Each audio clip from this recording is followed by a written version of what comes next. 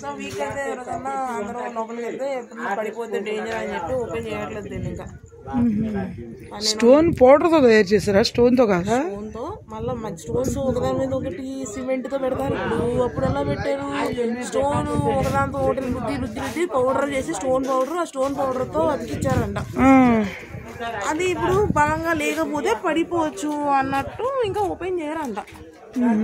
అలా ఏం ఉండదే నాకు తెలిసి. ఏమోలే ఆర్కియాలజీ డిపార్ట్మెంట్ సర్వే చేస్తారు. గుడి అపవిత్రం అనుకుంటున్నారంట. ఎందుకంటే గుడి కట్టేటప్పుడే మెయిన్ అతని వల్ల ఆ కొడుకు లోపల సెంటర్ దాని మీద నుంచి దూకి చచ్చిపోయాడు అంట. అందుకే గుడి అపవిత్రం అనుకుంటారంట.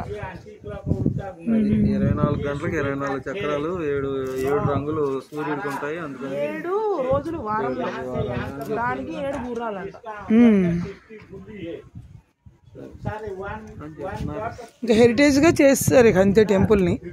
ఇంకా పూజలు అవి ఏమి లేవు ఇక. అసలు లోపలికి వెళ్ళటమే లేదు కదా, అట్లా వచ్చేస్తారుగా.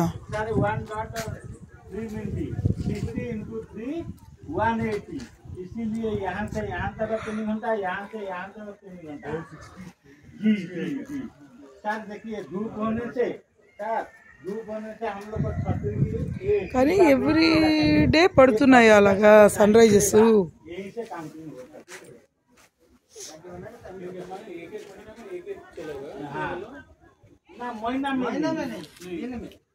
दिन में रात में आएगा नहीं, सब टाइम एक्यूरेट आ जाएगा, सभी टाइम एक ही आएगा, सब चक्र में एक ही टाइम आएगा, लेकिन रात में आएगा नहीं। धूप में ही तो टाइम पता नहीं, दिन में भी आएगा नहीं, धूप होने से पता मिलेगा। माने सभी में एक ही दिखा जाएगा।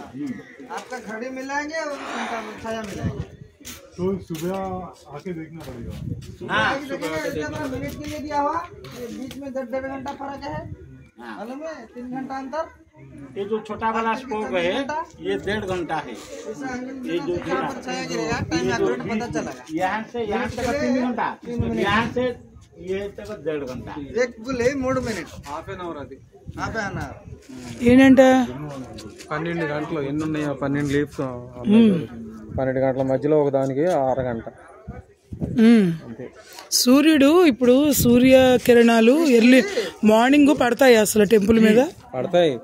ఆ ఇరుసు మీద నీడను బట్టి టైం చెప్పొచ్చు అని చెప్తున్నారు సెంట్రల్ ఇరుసు.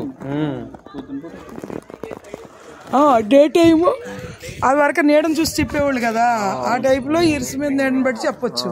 ఇప్పుడు అమ్మమ్మలు ఉన్నారనుకో నీడను బట్టి చెప్పేవాళ్ళు ఇప్పుడు ఈ టైం అయింది, ఇప్పుడు ఈ టైం అయింది. ఇంటి దగ్గర అలా చెప్పేవాళ్ళు పెద్దవాళ్ళు, ఇప్పుడు ఇంటికి ఎలాగా అని. అలా టైం ఇప్పుడు అలా కూడా చెప్తారా? ఓకే